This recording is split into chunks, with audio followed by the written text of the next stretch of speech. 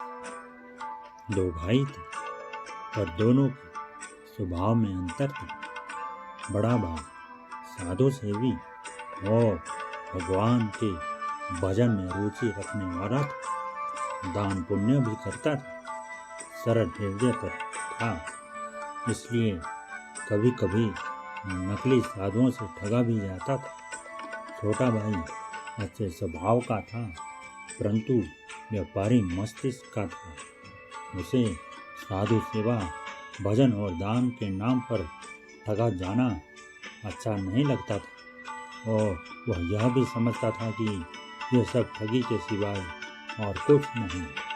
अतः वह बड़े भाई के कार्यों से सहमत नहीं था। वह विरोध तो नहीं करता था, पर समय समय पर अपनी असहमति प्रकट करता और असहयोग तो करता ही था। बड़े भाई को इस बात का दुख था कि उसका छोटा भाई मानव जीवन के वास्तविक लक्ष्य भगवान की प्राप्ति के साधन में रुचि न रखकर दुनियादारी में ही पूरा लगा हुआ। बड़े भाई की अच्छी नीयत थी और वह अपने छोटे भाई को भगवान की ओर लगा देखना चाहता था। समय समय पर नम्रता और युक्तियों से समझाता भी, दूसरे अच्छे लोगों से भी कहलवाता, उपदेश दिलवाता था, पर छोटे भाई पर कोई प्रभाव नहीं था। एक बार अपनी शिष्य मंडली सहित विरक्त महात्मा उनके शहर में आए।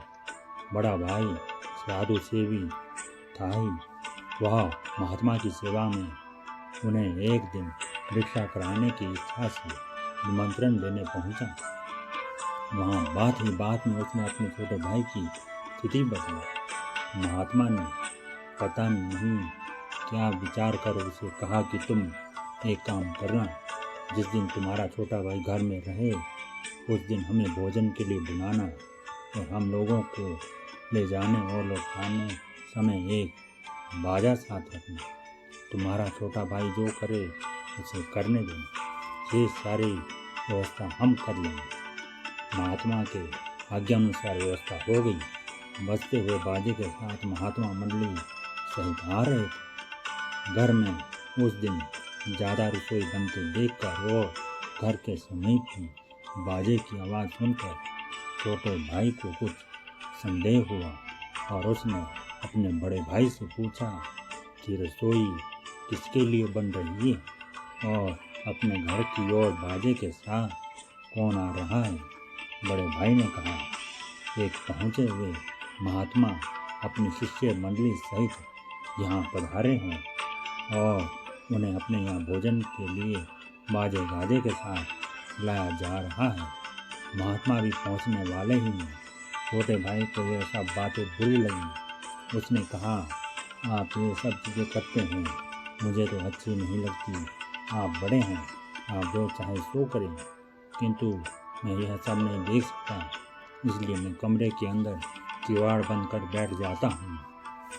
आपके महात्मा तो खा पी कर चले जाएंगे, तब मैं बाहर निकलूँगा। इससे किसी प्रकार का कलह होने से घर बच जाएगा। यह कहकर उसने कमरे में जाकर अंदर से किवाड़ बंद कर लिए।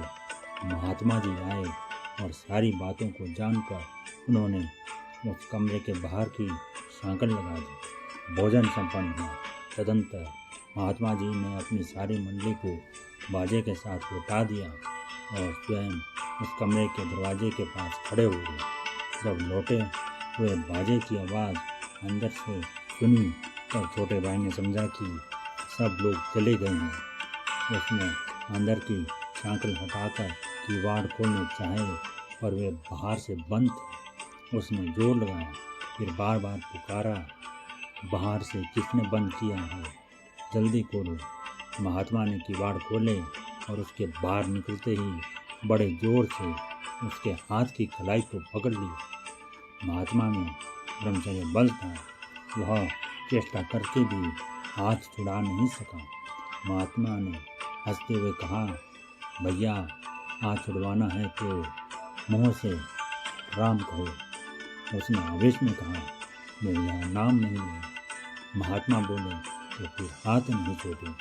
क्रोध और बल पूरा प्रयोग करने के बाद भी जब वह हाथ नहीं छुड़ा सका तब उसने कहा, अच्छा राम, छोड़ो हाथ जल्दी और भागो यहाँ से। महात्मा मुस्कुराते हुए यह कहकर बाहर निकल गए कि तुमने राम कहा सो तो बड़ा अच्छा किया, पर मेरी एक बात याद रखना, इस राम नाम को किसी भी कीमत पर कभी नहीं बेचना।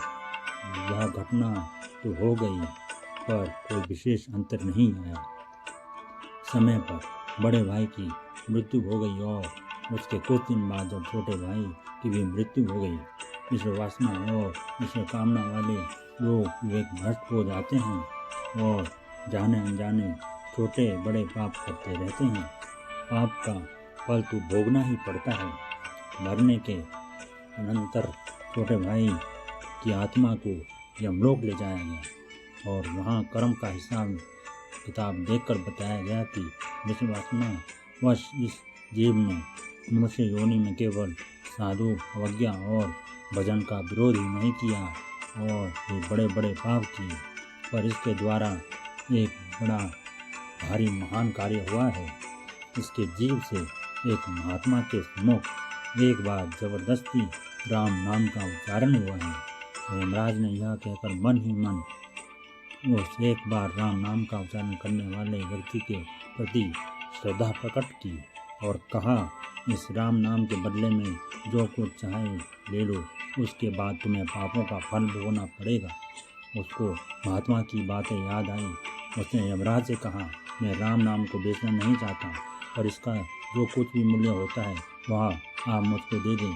राम नाम का मूल्य आंकने में यमराज असमर्थ थे, अतः उन्होंने कहा, देवराज इंद्र के पास चलकर इससे पूछना चाहिए राम नाम का मूल्य क्या होता है।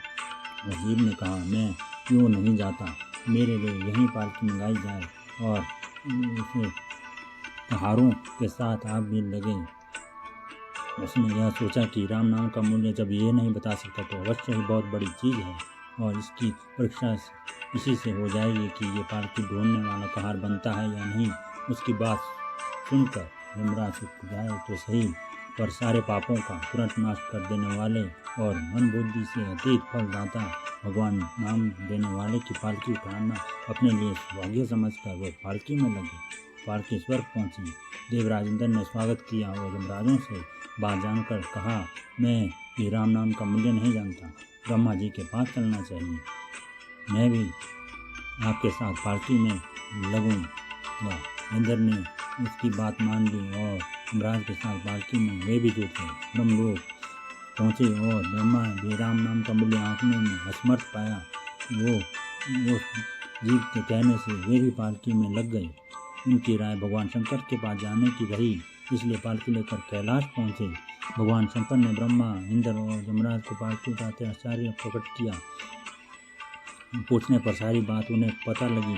शंकर जी बोले, भाई मैं तो रात दिन राम राम जपता हूँ, उसका मूल्य मेरे मन की कल्पना में नहीं आती। चलो वैकुंठ करते हैं। ऐसे महान भाग्यवान जीव की पालकी में मैं भी लग जाता हूँ। वैकुंठ में भगवान नारायण ही कुछ बता सकेंगे। जब पालकी में एक और यमराज और देवराज लगे हैं तो दूसरी ओर ब्रह्मा और शंकर कहार बने लगे हैं। पालकी वैकुंठ पहुँची। चारों महान देवताओं को पालकी उठाए आते देख विष्णु जी हंस पड़े और पालकी वहाँ दिव्य भूमि पर रख दी गई। भगवान ने आदरपूर्वक सबको बैठाया। भगवान विष्णु ने कहा, आप लोग पालकी में बैठे हुए इस महान जीवात्मा को उठाकर मेरी गोद में बैठा दीजिए। देवताओं ने वैसा ही किया। तदंतर भगवान विष्णु को पूछने पर भगवान शंकर ने कहा, इसने एक बार परिस्थिति से बाध्य होकर राम नाम लिया था। राम नाम का मूल्य इसने जानना चाहा, पर हम लोगों में से कोई भी राम नाम का मूल्य बताने में समर्थ नहीं था। इसलिए हम लोग इस जीव की इच्छानुसार पालकी में लगकर आपकी सेवा में उपस्थित हुए हैं। अब आप ही बताइए कि राम नाम का मूल्य क्या होना चाहिए। भगवान विष्णु ने मुस्कुराते हुए कहा, आप सरीखे महादेव इसकी पालकी ढोकर यहाँ तक लाए और आप लोगों ने इसे मेरी गोद में बैठाया। अब यह मेरी गोद का नित्य अधिकारी हो गया। राम नाम का पूरा मूल्य तो बताया नहीं जा सकता, पर आप इसी से मूल्य का कुछ अनुमान लगा सकते हैं। आप लोग अब लौट जाइए। एक बार के लिए हुए राम नाम का भगवान विष्णु के द्वारा इस प्रकार महान मूलाभास पाकर शंकरादि देवता लौट गए। घटना चाहे कल्पित हो, पर महिमा तो सत्य ही है। राम ना सकहिम, राम नाम गुण गाई, नित्य लीला लीन श्रद्धेय।